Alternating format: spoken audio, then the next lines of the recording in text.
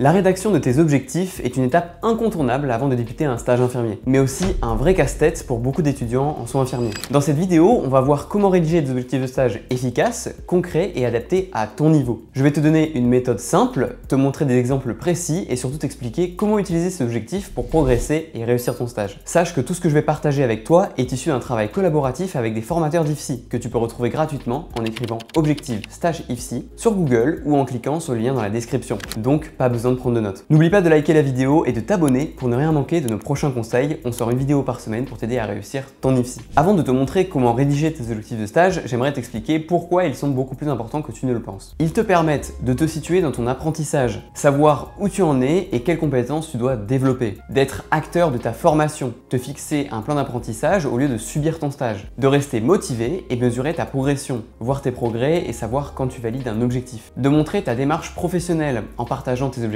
avec ton tuteur et l'équipe, tu montres que tu es impliqué. Petit rappel, certains IFSI donnent des objectifs institutionnels en lien avec des UE étudiés pendant le semestre. Ces objectifs ne remplacent pas tes objectifs personnels, ils les complètent. Pour être utile, tes objectifs doivent être concrets et réalisables. Et pour ça, il y a une règle simple à suivre, la méthode SMART. Voici comment elle fonctionne avec des exemples. Ton objectif de stage doit être spécifique, un objectif précis et clair, par exemple, être capable de réaliser seul une toilette complète au lit en respectant les règles d'hygiène et de confort. Mesurable, un critère pour vérifier que l'objectif est atteint. Par exemple, mon encadrant valide la réalisation correcte d'une toilette complète. Atteignable, un objectif à ta portée. Par exemple, lire le protocole, observer une toilette, puis en réaliser une sous supervision avant d'être autonome. Réaliste, adapté aux conditions du stage. Par exemple, l'objectif est réalisable car le service accueille des patients dépendants. Temporel, une échéance claire. Par exemple, réaliser une toilette complète en autonomie avant le bilan de mi-stage. Si ton objectif respecte ces 5 critères, il est bien formulé et utile pour ton stage. En plus de la méthode SMART, un autre outil peut t'aider pour bien formuler tes objectifs, la taxonomie de Bloom. Elle permet de structurer tes objectifs et de choisir un verbe d'action à l'infinitif en fonction de ton objectif. Cette taxonomie classe les apprentissages en 6 niveaux, du plus simple au plus complexe. Connaissance, mémoriser et restituer une information. Compréhension, expliquer un concept avec ses propres mots. Application, mettre une compétence en pratique. Analyse, comparer et différencier des éléments. Synthèse, organiser et planifier une action.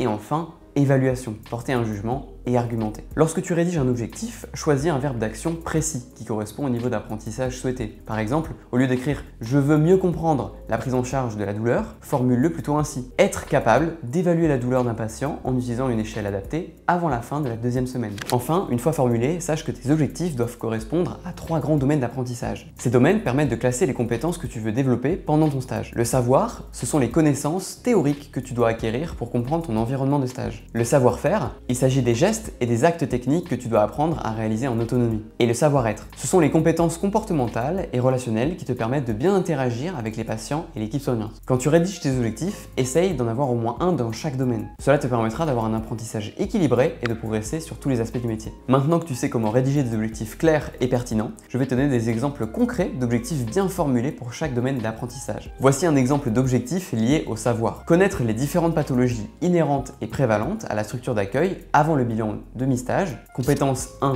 et 7. Critères d'évaluation. J'ai établi une liste des pathologies prévalentes de la structure et je sais les expliquer simplement à l'encadrant. Voici un exemple d'objectif lié au savoir-faire. Être capable de réaliser un prélèvement veineux et poser une voie veineuse périphérique en respectant les règles d'hygiène, de sécurité et d'ergonomie avant la fin de la 3e semaine. Compétence 4. Critères d'évaluation. J'ai lu le protocole du service. Les 2 soins sont validés par l'encadrant sur ma fiche d'acte à plusieurs reprises. Enfin, voici un exemple d'objectif lié au savoir-être. Savoir se positionner en tant que futur professionnel de santé dans une équipe pluridisciplinaire avant la fin du stage. Compétences 6 et 7. Critères d'évaluation. Une confiance s'est installée entre moi et l'équipe. Je suis autonome sur mes actes acquis, mais en cas de doute, je fais appel à l'équipe. Maintenant que tu sais comment rédiger des objectifs de stage clairs, efficaces et adaptés à ton niveau, c'est à toi de jouer. Et j'ai une excellente nouvelle pour t'aider dans ta rédaction d'objectifs. Avant chaque stage, tu peux retrouver un guide détaillé sur ton lieu de stage en tapant stage infirmier sur Google ou en cliquant sur le lien dans la description. Ces guides rédigés par des infirmières et des infirmières qui exercent dans ces services te donnent des conseils pratiques, des attentes spécifiques et des exemples d'objectifs adaptés. Et je te rappelle que cette vidéo est tirée d'un article complet dans lequel tu retrouveras tous les conseils expliqués ici de façon détaillée ainsi que des exemples supplémentaires pour affiner encore plus tes objectifs. Le lien est dans la description. N'hésite pas à poser tes questions en commentaire, on sera ravis d'y répondre. Et si cette vidéo t'a été utile, la meilleure façon de nous soutenir, c'est de la liker